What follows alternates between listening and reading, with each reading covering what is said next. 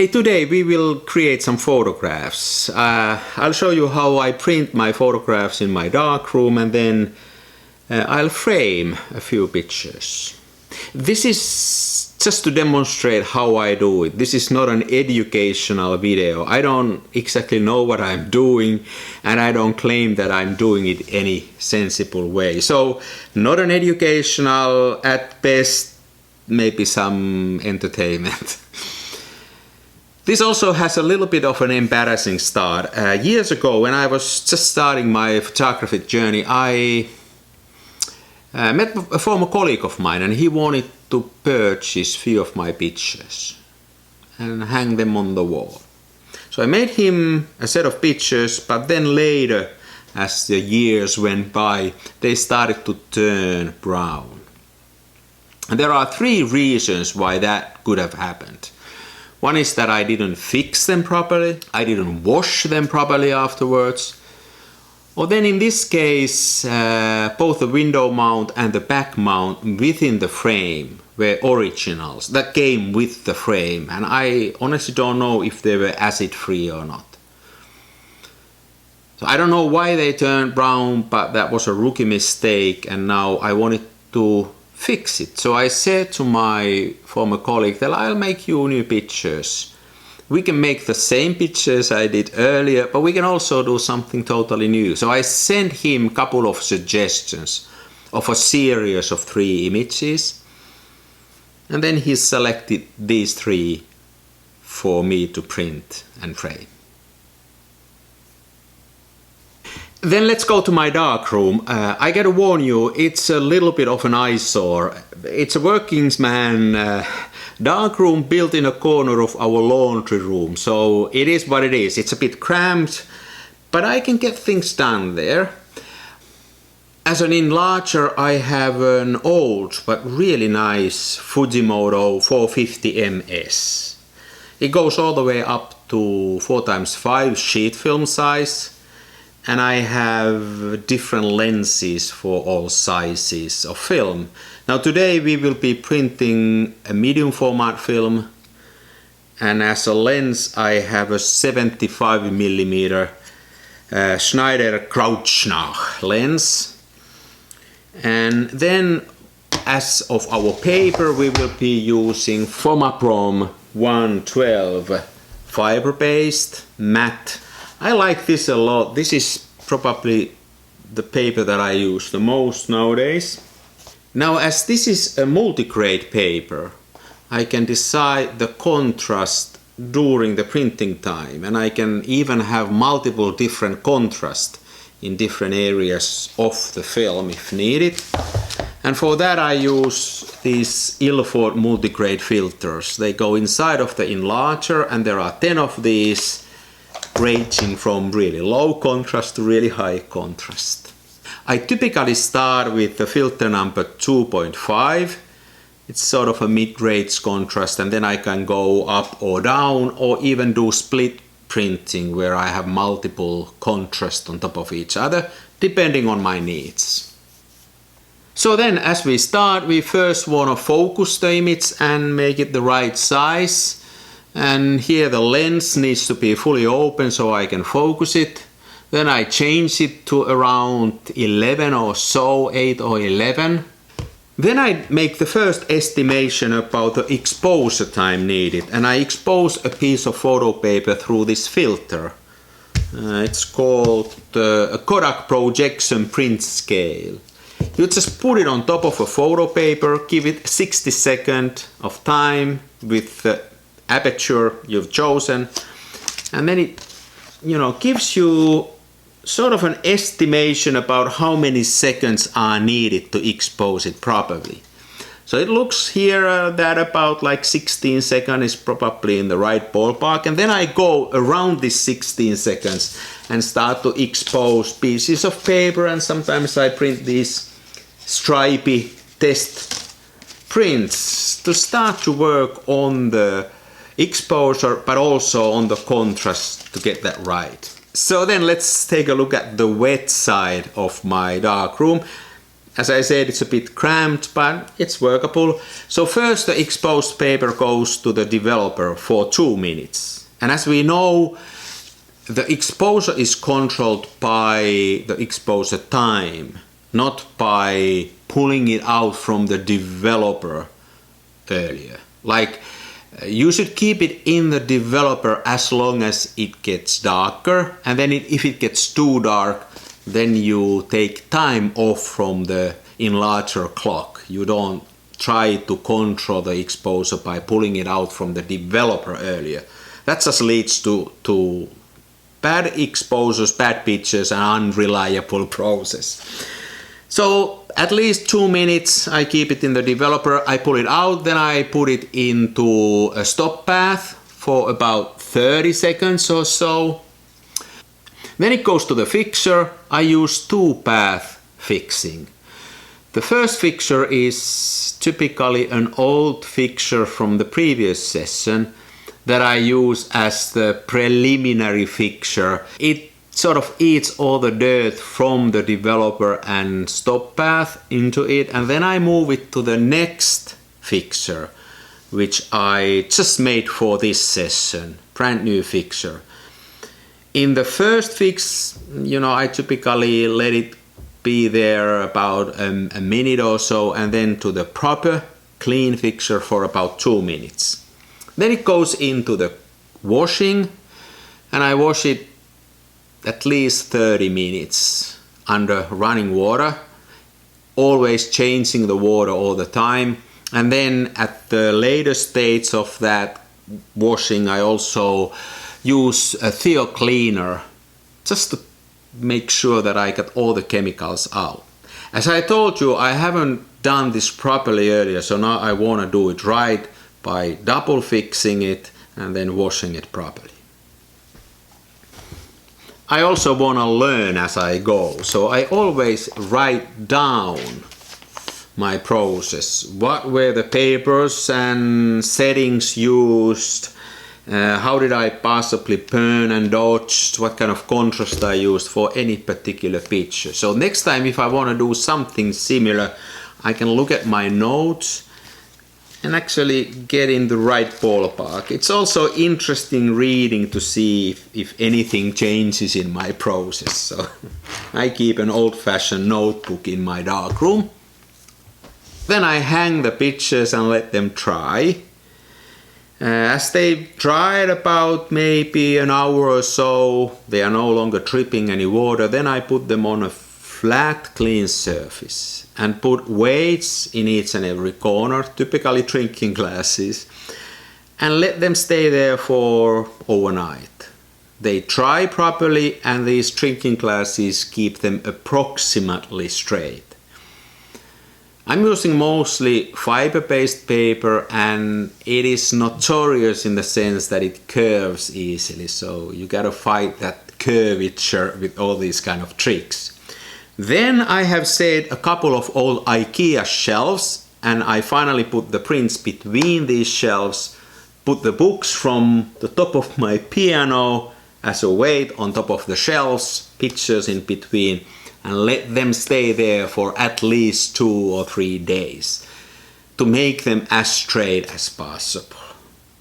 Then after a few days, the prints are ready from between the IKEA shelves, ready to be framed. And I mean, they are not totally flat, but they are good enough, and the window mount will press them straight and actually then curving upwards a little bit like that. That's always good, because then in a frame they are fairly flat.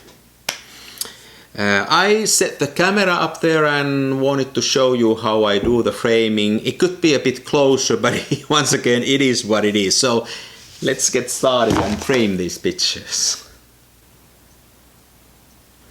Now I always make multiple prints from the same negative, and now first I need to select the best print for framing. And as I'm making a group of 3 pictures, I also need to look at the selected pictures side by side to see that they fit together and create a nice group of photographs. I always need to fix my prints. There will be some dust spots and some little blemishes in my prints. So for that I use a peerless dry spot coloring set that, you know, with a little brush I go through these spots and fix them. This is an excellent opportunity to ruin a print, and I go so slowly because this is something that I'm just learning, and it takes a lot of practicing. I use a strip of paper to try first that I get the color exactly right, and then I apply it on the final print. I typically leave a little bit white unexposed paper around the print, and then at this stage I might cut some of the extra paper off. Then I turn my prints around and sign them not behind the image but to one of these white sidelines. Now then, we are ready to start framing these pictures. We have selected the right ones, we have fixed the dust spots, and we have signed them. So the next thing is that we need to have acid-free mounts. Two mounts, a back mount and a window mount. And what I do is that I take them first side by side so that the back mount is facing the face forward. Now this is where the picture is going to be, and then the window mount is going to be upside down. So this side is the side that is going to be facing the viewer. And put them next to each other like this. And then put some tape here and make a book out of them.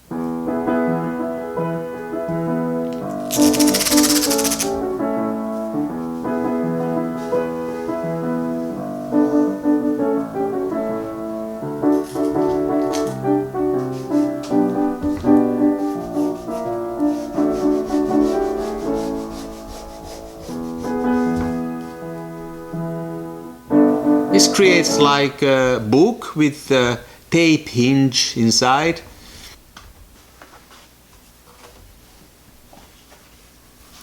Then some final considerations. Does it still look the way it should?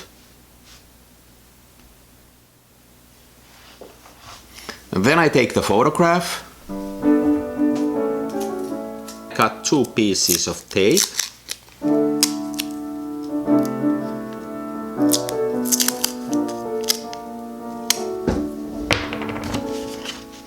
And tape them behind the picture so that the tape goes behind the image and the glue or the sticky part faces towards the viewer. Just two little pieces of tape like this. Then I carefully, without pressing the window mount, I put the image underneath the window mount and carefully place it into the right place in the frame. In this case, I even measure the horizon line so that it is absolutely straight. Then when I'm happy with the positioning, I very carefully put a paperweight on top of the photograph. This time I use a designer glass for the paperweight. It's pretty heavy and it has sort of a roundy bottom, so it will not harm the image. Now the sole purpose of the paperweight is just to keep the photograph in place. As I now open the window mount, I then take new, a bit longer pieces of tape which I press on top of the existing upward facing sticky tapes. This is how I tape the image properly to the back mount, but still let it hang loose and be flexible.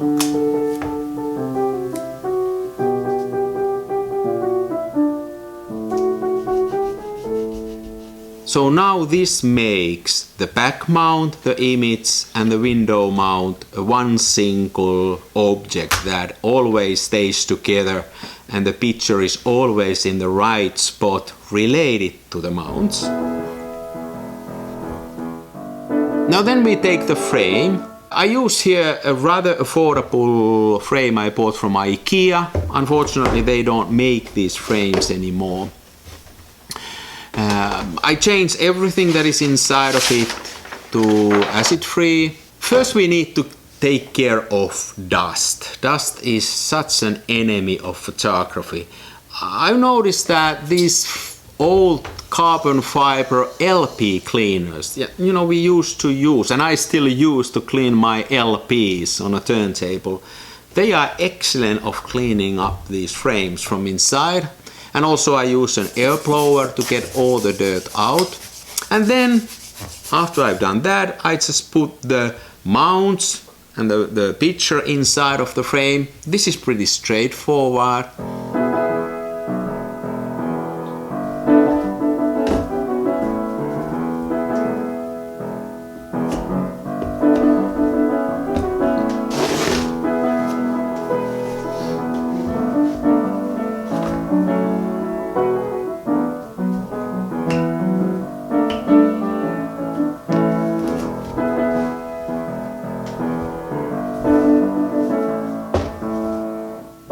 Then the final inspection, and then finally sealing the frame.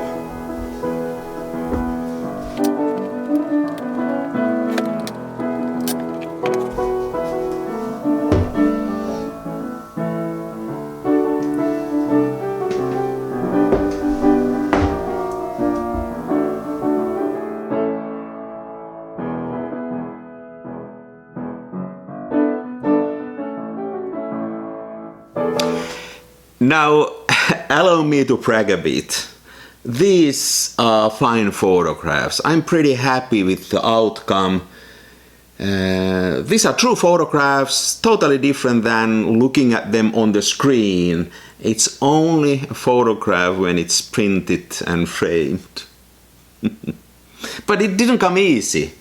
So if you think about the whole process of making an art work like this, what does it entail? So first, me and my buddy Kari Paukola, we went to the coast for 2 days for a photo trip, and I took those pictures. Then I came home and I developed them, and then I scanned them after development. I don't make contact prints anymore.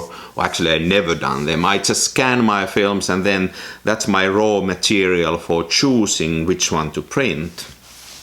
So now, until this point, 2 days photographing, 2 hours, you know, developing and scanning. Then I set up my darkroom, just setting it up, mixing new chemicals, getting everything ready. That's almost 2 hours worth of work. Then I start to work on the first picture. And doing now 3 pictures altogether, it took me about 14 hours. Day and a half in my darkroom to make these photographs. I mean, somebody may be faster than I am, but if I really want to make the best photographs I can, it takes that amount of time. Like dealing with the exposure, finding the right contrast, finding the right way of dodging and burning, split printing, all those things. Making a few mistakes as you go, and then finally having a print or 2 that you are happy with. That's what it takes. Then drying them, framing them, touch-ups, all that, that's at least an hour a piece. So if we exclude the actual photo shoot, it is 7 hours a picture. That's what it takes for me. So it doesn't make any sense financially or work-wise, but it makes sense for me personally. It's such a joy to look at a photograph when it's printed, and kind of shows that only difficult things are worth doing. And on that bombshell, it's good to end. Thanks for watching. Next time something else.